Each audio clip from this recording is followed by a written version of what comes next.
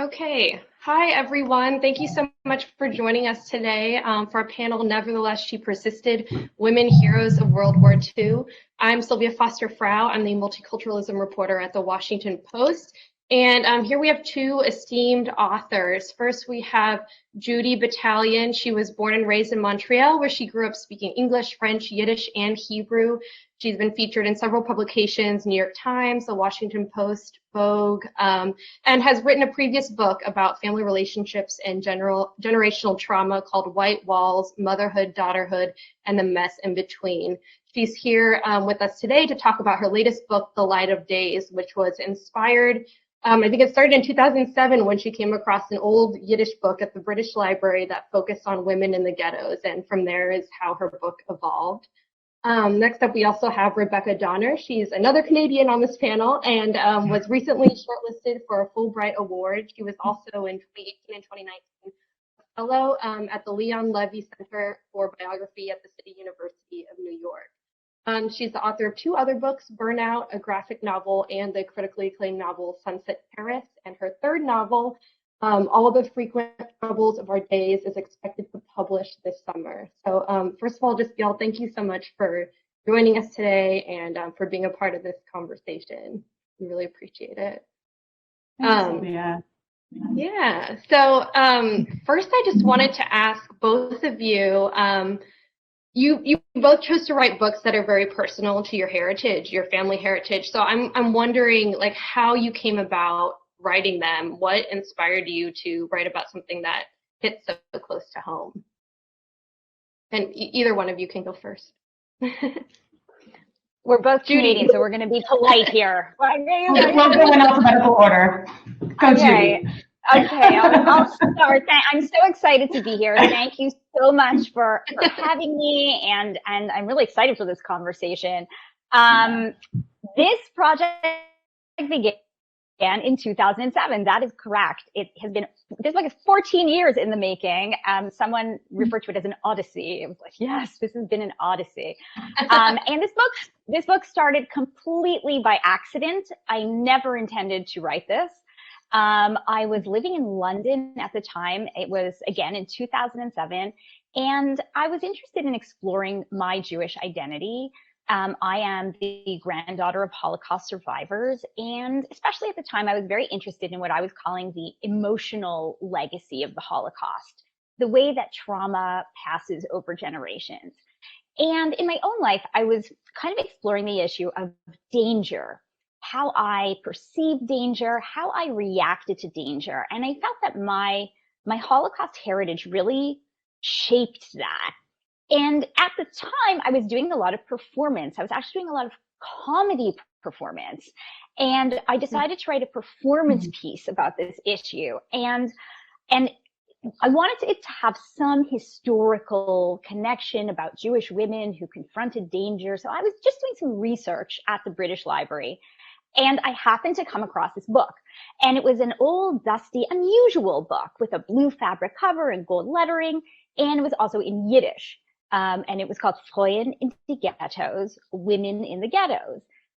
Even more unusual than the book is the fact that I speak Yiddish. So I started flipping through this artifact, kind of expecting a sort of obviously sad, difficult story, and instead I find this book that is stories of dozens and dozens of young Jewish women who fought the Nazis in the Polish ghettos, with chapter titles like Weapons, Ammunition, Partisan Combat, The Battle in Vilna.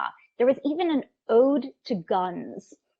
And this was like nothing I had ever heard of. It was so different from the Holocaust narrative that I'd grown up with in my family and in my community too. And that's how it all began. I never knew it was going to turn out to be this book, but that's where it began, serendipitously.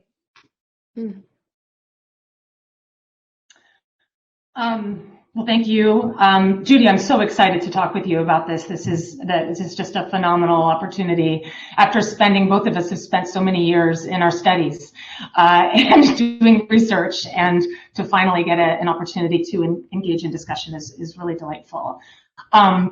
my book is actually not a novel. It's a work of narrative nonfiction, All the Frequent Troubles of Our Days. And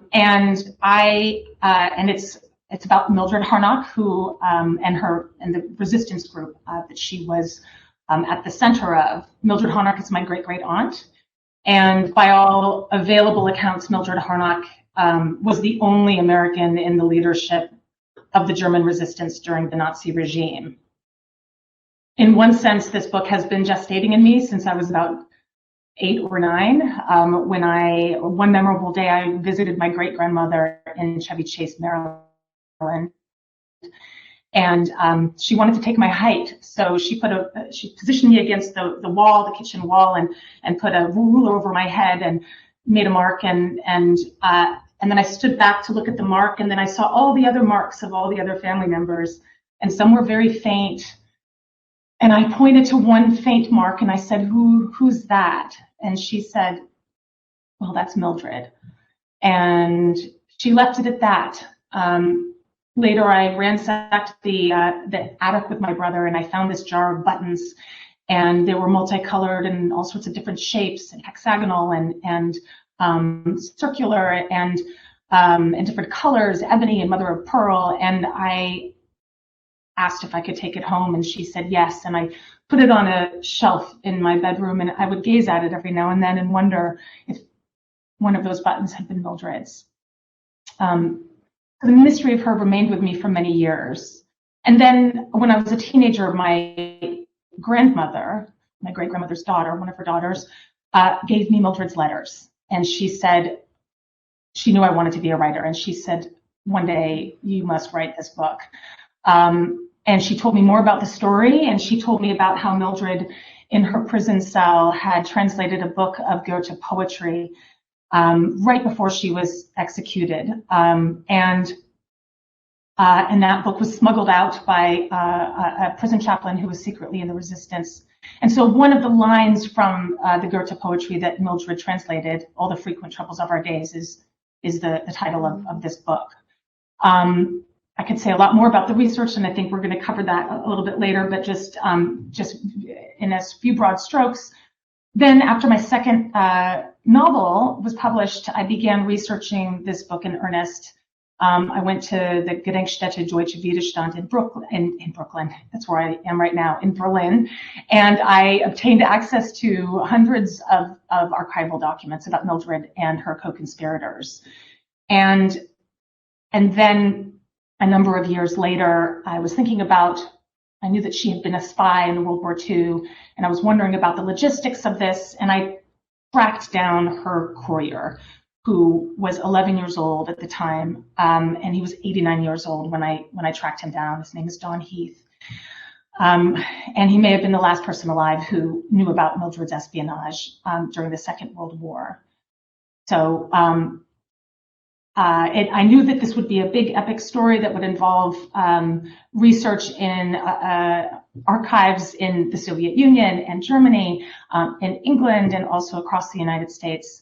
And I was eager to take it on because I felt that we have an urgent need for stories about courageous political engagement, and Mildred's story, and also the story of the immeasurably courageous women who are in Judy's book, I think, remind us of the choices that we confront in the presence of tyranny, and raises potent questions about the origins of moral courage.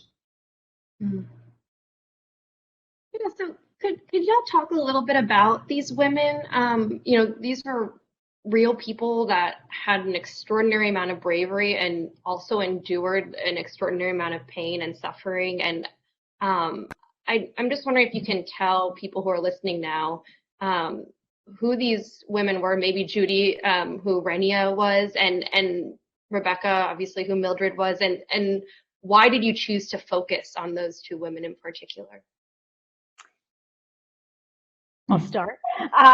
So I should say that the women, so my book has a number of characters, and I try to expose really the story of Jewish women in organized resistance in Poland, in the ghettos. And these roles take, they span the gamut from running soup kitchens, running underground schools, medical care, which was all illegal, to blowing up Nazi trains, shooting Gestapo men in the head, being ghetto fighters, flinging Molotov cocktails and throwing bombs on Nazi tanks.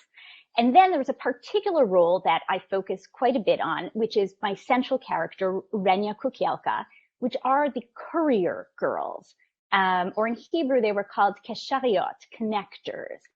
And what these women did, these were young women, often in their late teens. Renia was 18 in the story, up through their early 20s.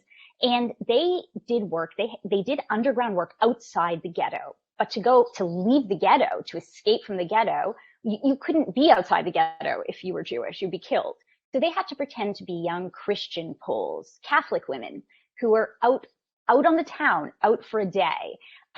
So Renia was one of these courier girls. And these girls, they were the ones who brought the ghettos, they connected the ghettos. They brought them information. Jews were not allowed to have radios. They weren't allowed to have newspapers. They didn't know what was happening. They didn't know what the Nazi genocidal plan even was. It was young Jewish women who were bringing information, who were bringing books, who were lecturing, who were sneaking in and out of the ghettos, first bringing this kind of spiritual work. Then as the movements became underground militias, these women were smuggling weapons, ammunition, and people. They were sending people around, helping them find hiding spots. So Renia, my central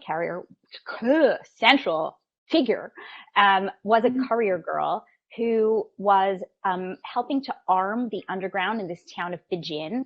And she went back and forth between Warsaw and Begin with money in her garter belt, guns strapped to her torso, and often other people with her whom she was trying to find safe spots for in Warsaw. Wow. It's fascinating. So were those all the strategies then that she used, and what kind of was her main mission? Well, she was sent on missions to gather information, to get guns from arms dealers, to send money, to bring information, how to build underground bunkers, how she organized buses to come and try to help bring rescued Jews out of ghettos. So it was she was part of an organized resistance movement. My book really tries to articulate that this was a large movement in Poland. And the strategy she used, sorry. No, go ahead. Well, many of these women, a main part of their work was performance. They had to pretend to be, as I said, Catholic women, and women were better able to do this than men. I can talk about that now. I can save it. I don't want to go for it. Go for it. Okay.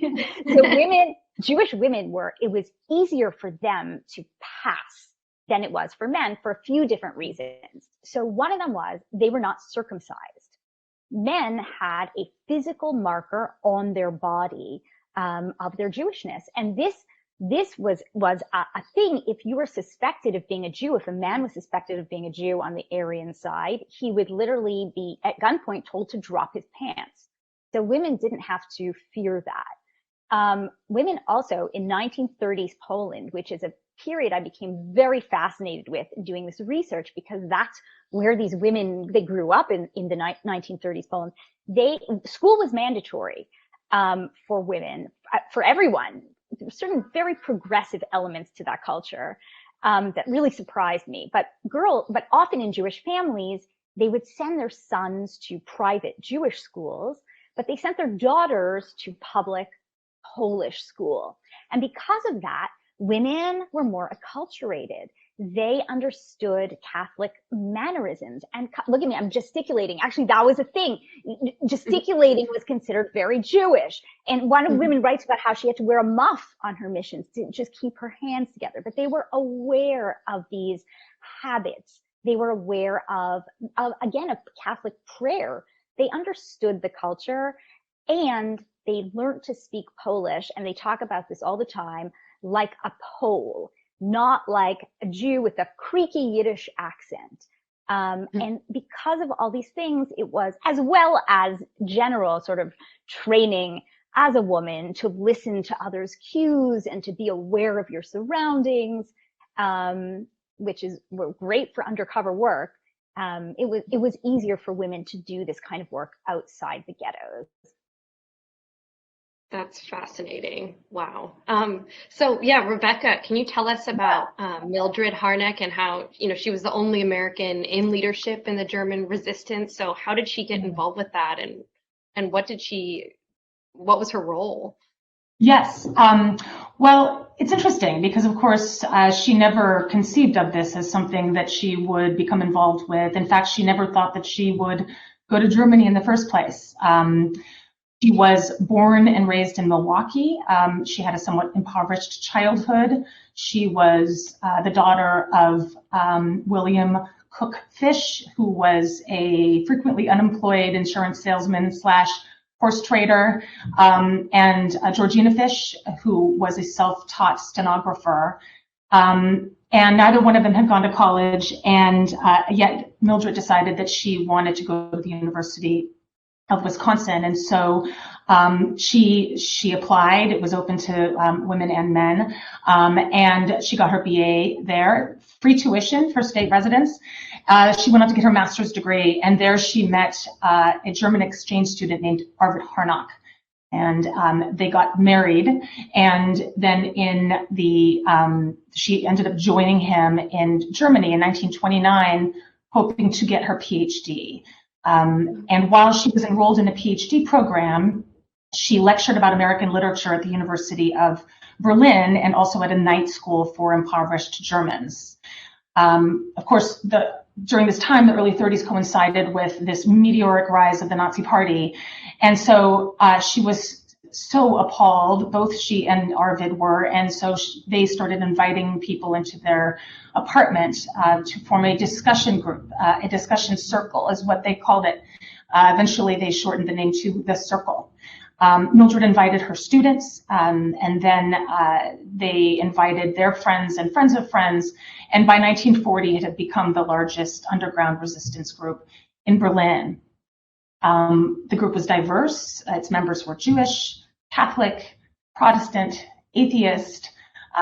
They were factory workers, office workers, students, professors, journalists, artists, and approximately 40% were women. So at first, in the early 30s, the group began to create these leaflets, these anti-Nazi leaflets. After Hitler became chancellor, these leaflets would directly call for revolution, and they would slip the leaflets into mailboxes and leave them in piles in factories for people to discover. These leaflets called for revolution, as I said. But then in 1935, the group basically determined that leaflets were a poor weapon against Hitler, and the Nazi regime. And it also easily exposed them to arrest. A number of them were arrested and hauled off to concentration camps. So in 1935, they decided that the best way to defeat the Nazi regime was to form a resistance network that extended across Germany's borders. And so they needed to make contact with other countries. And at the same time, they would aim to undermine the Nazi regime from within. So Mildred's husband, Arvid, got a job at the Ministry of Economics, which gave him access to classified documents about Hitler's operational strategies and eventually about his preparations for war. And Mildred and Arvid both participated in passing this classified information to the Allies during the Second World War. I should also mention that so Mildred passes, one of the countries that they pass this information to, of course, was the Soviet Union. And it's for this reason that the name of their group, which they again privately called The Circle, came to be known as the Red Orchestra. They didn't call themselves this. The name has its origins in the jargon of German intelligence. The Abwehr used the word meaning orchestra to describe any enemy espionage network. And radio transmitters that they sent their information to were known as pianos, and their operators were pianists. And so when the Abwehr discovered in 1941 that they were sending messages to Moscow, they called the orchestra Red. And this name was subsequently picked up by intelligence agents in the United States and Britain. So we have this name, the Red Orchestra, that Mildred and Arvid and their co-conspirators in the underground resistance had never used themselves. And as I said, Mildred also passed on information to the United States, hoping that they could use this information to defeat Hitler. And so she used an 11-year-old American boy who was the son of a diplomat at the US Embassy in Berlin to pass this information. He would come to her apartment ostensibly for tutoring sessions. And at the end of the lessons, she would slip paper into his knapsack, which he would then take to his mother, Louise Heath, who would then pass it on to her husband, Donald Heath, who would then pass it on to Morgenthau in DC. And one of the most wonderful discoveries that I made when I was doing my research is that there were 12 steamer trunks of documents that the Heath family had given me permission to view, and in those trunks were Louise Heath's diaries. So I was able to basically substantiate much of this information in her own date books and in her own diaries. Many people don't know who Mildred Harnack is. In Wisconsin, there's a public school that bears her name, and in 2019, the city of Madison erected a monument to commemorate her as a World War II resistance fighter. But she still remains an obscure figure. Yeah, so that I wanted to draw on that point there. And Judy had a line in her book that said, silence is a means of swaying perceptions and shifting power, but it's also a technique for coping and living. And I thought that was really interesting. And it made me think about, you know, why do you think that these stories have been so kind of silent in history books? And what did it mean to you when you stumbled upon them to bring them out? Okay, my turn. Yeah. The question of why I hadn't known this story it was almost the sub question to all my research. So on the one hand, I was trying to figure out what happened in Poland. What is the story of the Jewish underground and women's incredible role in the Jewish underground? What is the story? But also, what happened to the story? How could I have not known this? And I came up with many reasons that are in the book, and I won't go through them all. But some of these reasons are political and have to do with how the story of the Holocaust was shaped by specific political forces, particularly in Poland and in Israel. Some of the reasons are zeitgeist, and I think we've been interested in different elements of the Holocaust at different times. But many of these reasons are personal. And for many of these women who did survive, most of the women did not, but for those who survived, and I should say the whole last section of my book focuses on what happened to them after the war and how they survived. Many of them did not tell their story. They either were not believed, they were often accused of having fled their families to fight instead of taking care of relatives. They were accused of sleeping their way to safety. There was kind of a feeling that the pure Jewish souls perished in the Holocaust, but if you survived, you did something, you were a collaborator, or you did something. So women felt very kind of haunted by that perception and kept their stories quiet. Many of the women I write about suffered from terrible, terrible survivor's guilt. So, you know, I'm thinking of one woman, Chasia Bielika, whose family was brutally murdered. She became a courier in Bialystok. She was, transporting weapons, not just into the ghetto to arm them for their uprising, but she started a group of anti-Nazi Germans, put them in touch with the Red Army in the forest, and was funneling guns between Nazis, like anti-Nazis, to the partisans in the forest, and doing espionage missions for the Red Army. I mean, her story is incredible. But she felt that compared to her survivor peers who had been at Auschwitz, she didn't have it that bad.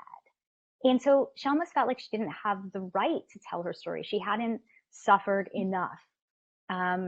So that came up a lot too. And then finally, as you said in the sentence that you read better than I could, that silence was a way of coping. The people that I write about in my story, they were 18, 19, 22 when the war was over, and they had their entire lives ahead of them. They had nothing. They had no family, no home, no nationality, and they were living in new countries. And I think like many refugees, they wanted to start over. They needed to start fresh. And also I'm writing about women, and many of them felt an almost like cosmic duty to repopulate the Jewish people, to have children.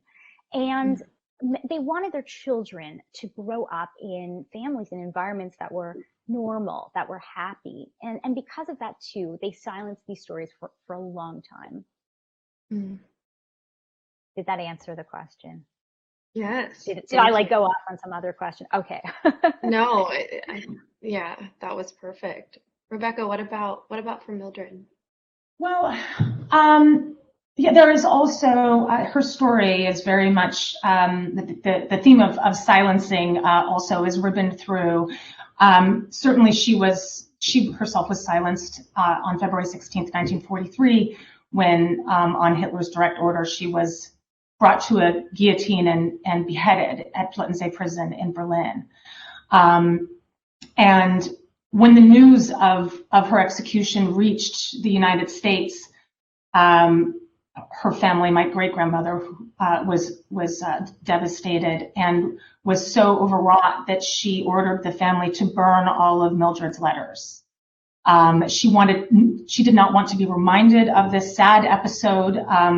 And I have a letter where she basically, this is a quotation from that, and she said, "The sooner that we can move on, the better." And unbeknownst to her, her own mother had actually stashed a bundle of letters in an attic before she died. So that's the reason that we have the letters that we do. But there's this tremendous pain. And so this resulting in the destruction of evidence. The Nazis also burned plenty of evidence. So a central problem for anybody who wanted to write about this group was that was a lack of documentary evidence. And of course, it didn't, until the fall of the Berlin Wall, we really didn't see documents in an East German archive, which came to light and which gave us a more nuanced understanding of this group. And several years later, the Soviet Union also permitted historians a peek at some intelligence files. And then in 1998, under the Nazi War Crimes Disclosure Act, the CIA, the FBI, and the US Army began to release records that were once classified as top secret. And this is a process that continues to this day. So again, we have a more nuanced understanding of the underground resistance in Germany, but factual inaccuracies still persist, and details about Mildred are frequently inaccurate. There's a 1947 newspaper article that the New York Times published, and it is fraught with factual errors. It did announce that Mildred Harnack was decapitated on Hitler's order, this American woman, and then gets a lot wrong. And those kind of inaccuracies have sort of echoed over the decades. And it's also important to understand that most histories of the German resistance downplay, marginalize, or entirely ignore women's participation. So accounts of the White Rose resistance group, which some of you may be familiar with, typically name Hans Scholl as the leader. His sister, Sophie Scholl, is not typically referred to as a leader. She is his sister, or she is a participant. Herbert Baum seems more important than his wife Marianne, although they were both founders of the Baum group. And historians writing about Mildred's group, which is given, again, a bunch of different names. Some call it the Red Orchestra, some call it the Harnack-Schulze-Boysen group. They frequently ignore Mildred Harnack or basically refer to her as Arvid's wife. And we have historians like the eminent historian Richard Evans, who stated that women played a prominent role in the Red Orchestra. And then he said, notably, Harnack's American wife, Mildred Harnack, and then said nothing more. So we don't know any more information, and I'm sure he didn't know. So that is another reason why I felt like it was very important for me to write this book, because the information has not gotten out to readers as much as it should. So there has been a biography published about her, and again, there have been books that have been published about the Red Orchestra, but I have so much more information and research that I've done in going to finding records in Soviet espionage files. I wrote to the embassy and the Russian embassy and told them that I was Mildred Harnack's great niece, and I was sent a snippet of her file in the NKVD. So I've gotten these little glimpses, and also at the Gedenkstätte Deutsche Widerstand in Berlin, I found these notes that were passed between Mildred's co-conspirators when they were incarcerated in Berlin prisons. And these were women who were trying to communicate with each other in any way possible. And they were facing a trial, and they all faced execution, and indeed nearly everyone was executed. And the women were all decapitated, and the men were largely either hanged or shot. And so this is another way that they were silenced. But these notes, these are, and they were later smuggled out. They were hidden in the hems of their garments. They also stuffed them into the fissures and cracks in the prison, in the walls. And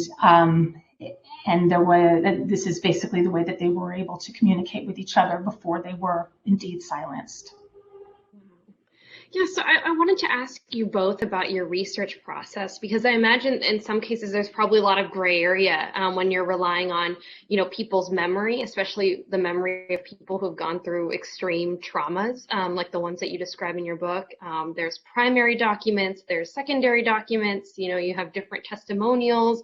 They're trying to recall an extremely chaotic time. So I'm just wondering what your process was, and if there were any kind of ethical questions that came up during that process. Sure. So I basically constructed a history out of memoirs. I read well over 100, maybe even in the hundreds of testimonies and memoirs written by these women. Some of them were published. Some of them were published in the 40s and then completely got lost for some of the reasons I talked about before.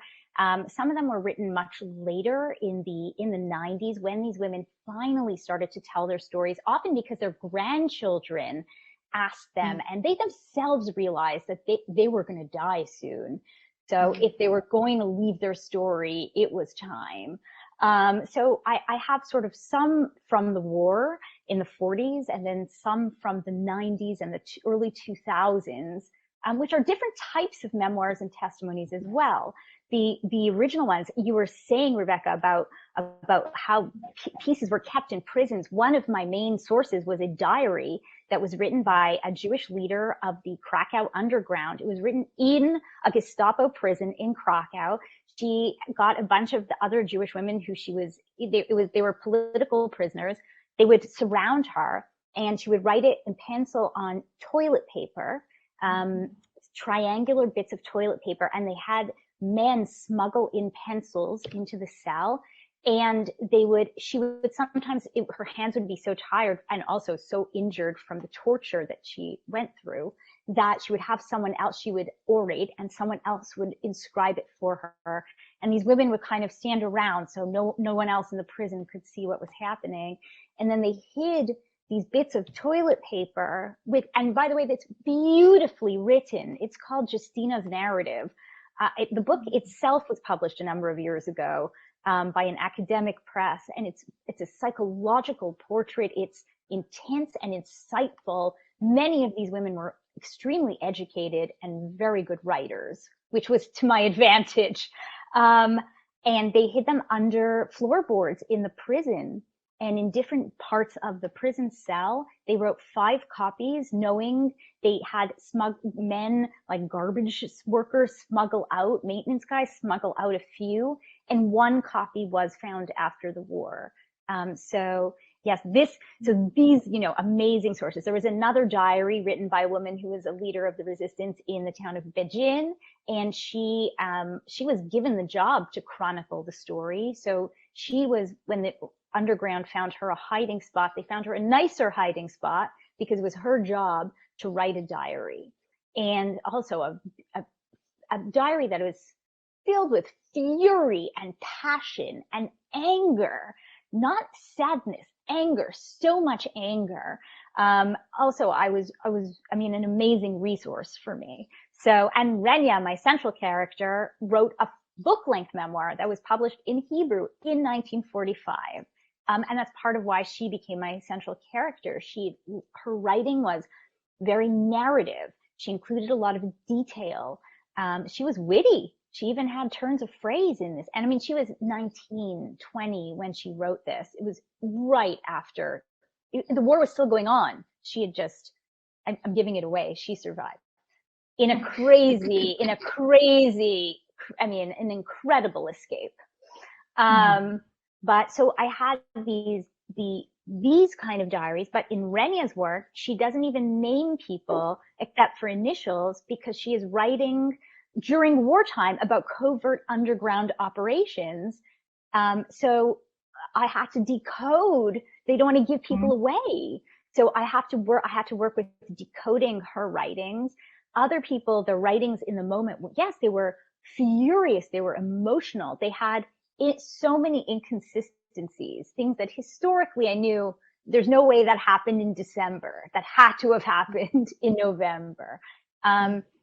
So as a historian and a writer, I had to make certain judgment calls around what I felt was human error and what wasn't. And then in the 90s and later on, you have a kind of writing or a testimony. Sometimes it's an oral or video testimony. It's done sometimes, or a book written with an academic. So it's also a different spin on the story, with memories that perhaps these women have heard from others over the decades, with current concerns and certainly more distance and more reflection. And some of them are incredibly beautiful because they have that reflection, but a different emotional quality to them. So I had to work with very different types of memoirs, and then create a overall history of the resistance movement through these personal stories. And yes, there were inconsistencies, and that's why my book has 65 pages of endnotes. Many of them are me explaining why I chose the version I did, and why I think the version that I chose is most historically accurate and makes most sense in the story, but that other people, of course, have offered different takes on certain situations. But what's amazing is that many times they talked about the same day. They would talk about the same event, even if their details around it were different. And as a historian, and as someone who felt, passionate, I felt like these people were my friends. It was very exciting for me. I was like, oh, they're talking about that thing that happened on Tuesday in March. Oh, and he also talked about, this thing happened. And then I had to build out that Tuesday in March from all these voices telling me about it. Wow. Rebecca, was that your experience too? That's an incredible amount of work, by the way. Oh, I'm envious. Judy had access and was able to track down so many diaries and so much documentary evidence. Mildred kept a diary, but she burned it at some point when she suspected that the Gestapo was onto her. And but what I did have were her letters, those letters that her own mother had stashed in an attic, and they're really interesting. I had to do similar kind of decoding because these letters cover the span from 1929 to the early 40s. They weren't all to her mother because her mother died. before the war began. But then Mildred would still continue to write to various family members. So, and they tell a story. They certainly tell a story. But then in 1933, or I should say in basically 29 to just the beginning of 1933, Mildred is extremely frank and explaining to her mother, who did not have an education beyond 8th grade. She's explaining these very complex political ideas to her.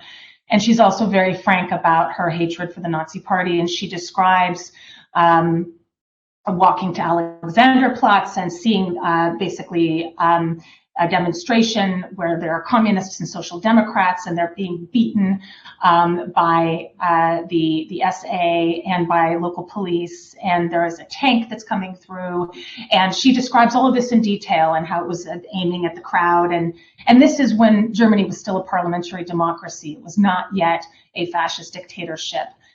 But certainly Mildred was very aware that something was just on the, that there was in the zeitgeist was this sense of revolution. And certainly then in 1933, Hitler became chancellor. I talk a lot about the rise of fascism in the early pages of my book, because I think it's so important to understand how it happened. When you go from 1928, less than 3% of the voting German public voting for the Nazi Party. That's in 1928. And then by 1932, 37% suddenly, it just skyrockets vote for the Nazi Party in the Reichstag election. And so Mildred is also writing all about this to her mother. However, she starts to censor herself, of course. And so when I had to do some decoding and figure out what she meant when she said, "This is such a wonderful thing, look at this wonderful event," and she would often say the opposite of what she meant. And then she would say, "Mother, I hope you understand me. Please read this carefully." She would use different code names, and the family too, the extended family. So the Harnacks their extended family were the Bonhoeffers. Dietrich Bonhoeffer is a somewhat well-known figure in the German resistance, and his family would communicate with the Dochnanies and the Delbrucks, and all numerous members of those families were involved in the Valkyrie plot, the 1944 Valkyrie plot to assassinate Hitler. And so they communicated, and some of the wives left behind memoirs. So they communicated in code. They learned, they practiced writing in minuscule script, so that then some of them were permitted to send food packages to prison while the family members were being interrogated by the Gestapo prior to their execution. And they would send a jar of beans and then hide little scraps of paper with messages. Dietrich Bonhoeffer developed a code where they were also allowed to exchange books during this time. And so he would underline every 10 pages a very faint pencil mark under a letter, and then 10 more pages, and then another, and so forth, and then give the book back, and then the family would pour over this book for hours and basically decode the message. But I think, and so our process, the process really is trying to acknowledge the gaps and fill in the gaps where you find them. I know about what her day-to-day life was like in prison, because one woman, Gertrude Klaputh, was in a cell with her, and she wrote two letters to Mildred's mother-in-law after the war, and described in detail what they ate, what they did, what their routines were, and she also she was subsequently transferred to Ravensbrück concentration camp and miraculously survived. And so in her possession was Mildred's last, or Arvid's last letter to Mildred right before he was executed. He wrote this very meaningful letter about how much he felt that their sacrifice was worth it, and that it was important to be courageous and stand up against the Nazi regime, and it's in my book. It's this gorgeous letter. It's a love letter. It's a letter about the importance of political conviction, and Mildred gave it to Gertrude right before she was executed, and then, as I said, Gertrude was transferred to Ravensbrück concentration camp, and she managed to hide it and survived, and so she sent that back to the family in 1952, along with that description of their activities in prison. So here's another piece of the puzzle. But I think, in sum, I think that it's important to understand that we have to also honor the gaps. Also, we can't fill in the gaps, and like Judy, also the wonderful thing about appendices is that you can put a lot in the endnotes and sort of clarify and acknowledge what you're saying and what kind of judgments or conclusions you're drawing, and so you fill in gaps where you can as a biographer, as historians, and when there is no historical record, when it has been destroyed by a family member or by the Nazis, you allow the gaps to show and the silences to resonate. That was my aim in this book. Yeah, so I think we have time for one more question for me before we open it up. And I'm curious, to write this book, it obviously involved a lot of time and research and deep thinking. And I'm wondering if you learned anything new about your families or yourself after thinking about the emotion and trauma and just life stories of people that, I guess obviously in Rebecca, your case, as more of a direct descendant, but Judy too, if it just kind of changed how you perceive yourself or your family, or if you had to struggle kind of with any internal beasts when you were processing these stories.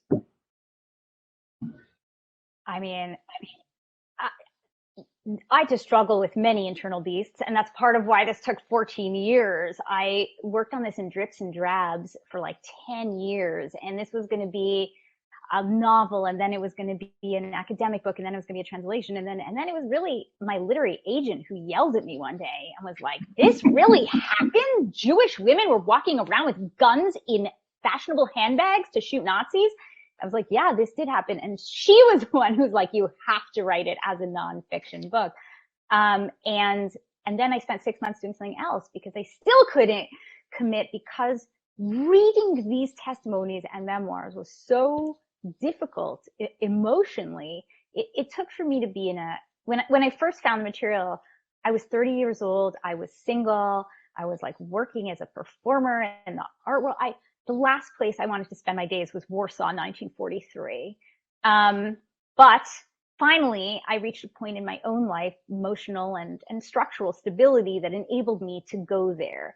And I'm very glad I did, because not only am I hoping to bring these stories of these incredible women to the world, I also am trying to bring a story about women who, fought against every single odd to go, and they had nothing. They were starving. They were starving teenagers, and they risked their life time and time and time again to go fight to fight the Nazis, because the fight for freedom and for liberty was so important. And that these small acts and these small ways that we might think of are small in rebelling and in defying really are meaningful, and they're meaningful to the person doing them. They're meaningful to those around you, and they're meaningful to me, to us, generations later.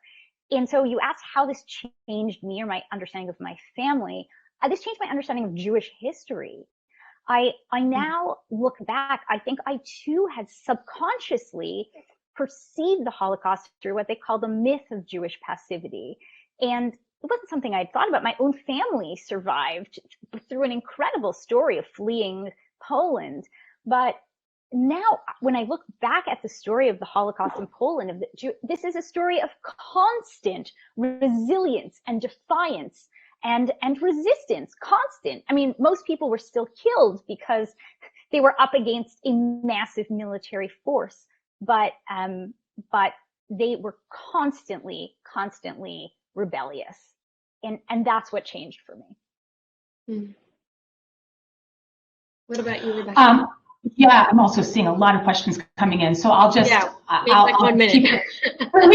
Yes, exactly. I mean, certainly I was transformed in the writing of this book. This was a story that as I mentioned earlier, has been with me for many years, for most of basically almost the entirety of my life, and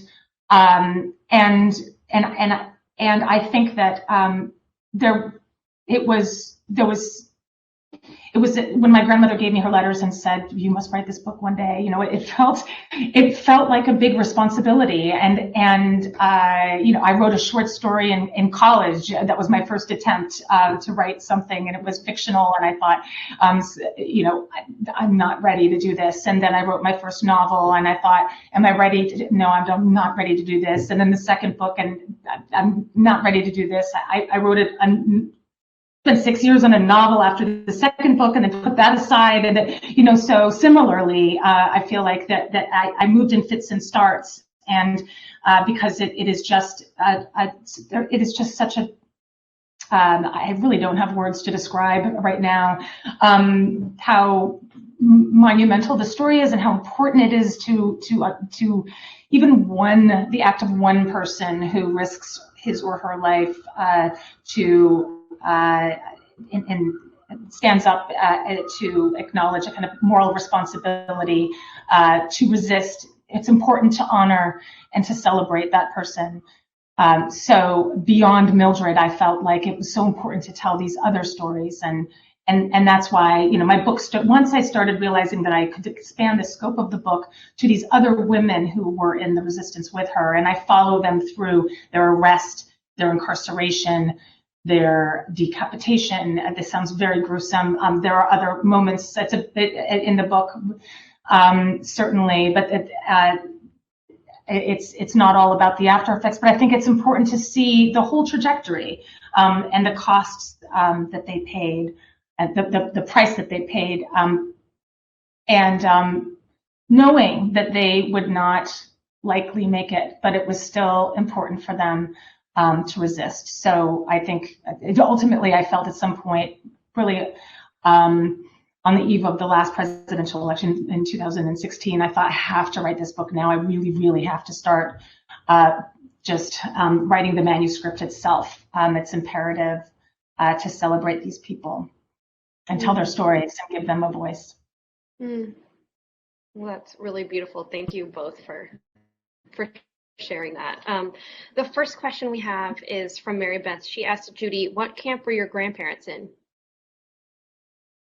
My grandparents were never in a camp. They escaped from Poland before Jews were brought to camps or to death camps. They escaped from the Warsaw Ghetto, and they fled east. My grandfather had a brother who lived in a town on the way to what was then Russia. And his brother was killed. My grandfather had his whole life, he had a nick on his neck. He was very short, so the bullet grazed him and hit his brother in the heart. Then my grandparents continued east in a story that always came kind of patchwork. I never got the whole narrative, but there was they were in a convent, they were in a fruit truck, there were Nazis who turned a blind eye. There was swimming across rivers. They made their way to the Russian border. And they were, like many Jews who did that, they were then imprisoned basically in Siberian gulags throughout the war. In fact, of the 300,000 Polish Jews who survived, 200,000 survived because they went over to Russia, and many of them were taken to these camps, these work camps, which they also never talked about. But that is how they survived. The second question, Jan asks Rebecca, did Mildred and her husband ever think about emigrating? That's an interesting question. You know, in 1937, Mildred visited the United States for the first time since she had left for Germany. And the testimonies of people who saw her, family members and friends, remark about how odd she seemed. And she seemed paranoid, and she seemed like she was constantly looking over her shoulder. She couldn't talk about what was going on. She was already deep in the resistance, but she just, she was worried that she was being followed. Her own brother thought that she was quite mad at this point. And the family urged her to stay. They said, why just stay here? There's no need to go back. And she refused. She said, I need to go back. Which further made them think that there was something wrong with her. Some family members even speculated that she had, quote, gone Nazi. And she could say nothing. And then she went back, and her husband did urge her at some point when he started seeing that sort of it was inevitable that they would possibly lose their lives.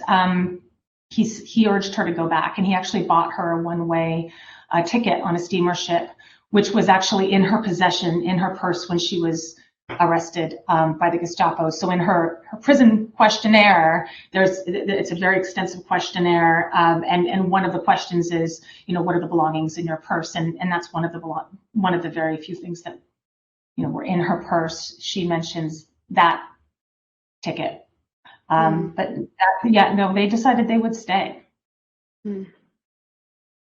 Someone asked, as World War II fades continually into history, what have you noticed about younger people's reactions to the stories in your books? Well, let me use this as an opportunity to let you know there's a children's version of my book. Nice. It's geared at ages 10 to 14. It's also, both came out this week, so you can get that. And I wrote it with someone who specializes in writing both fiction and nonfiction for middle graders. So it is especially written for that age group. I have loved talking to students. I've talked to a number of high school students and middle school students. And it's extremely moving for me because for them, they're interested in this as history, but they're also, my characters, my figures, they're the same age, they're teenagers.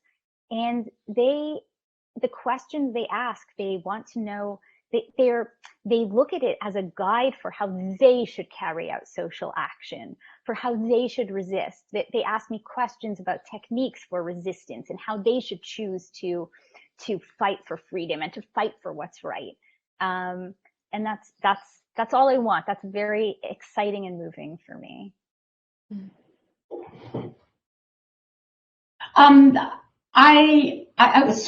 My book isn't published yet, right? So my book will be out in where's my book? I have a galley that was just come out.